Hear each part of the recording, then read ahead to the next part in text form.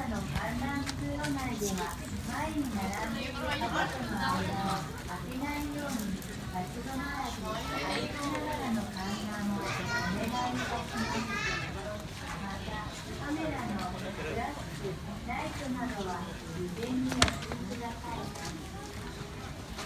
パンダの観覧通路内では前に並んでいる方との間を空けないように立ち止まらず歩きながらの観覧をお願いいたしま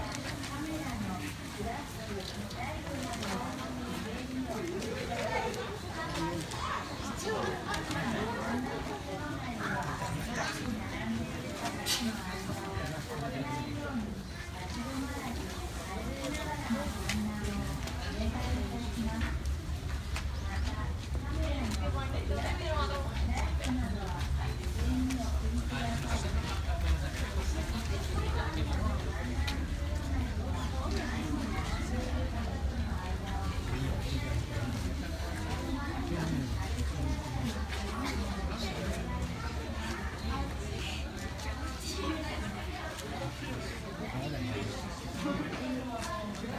いいよ。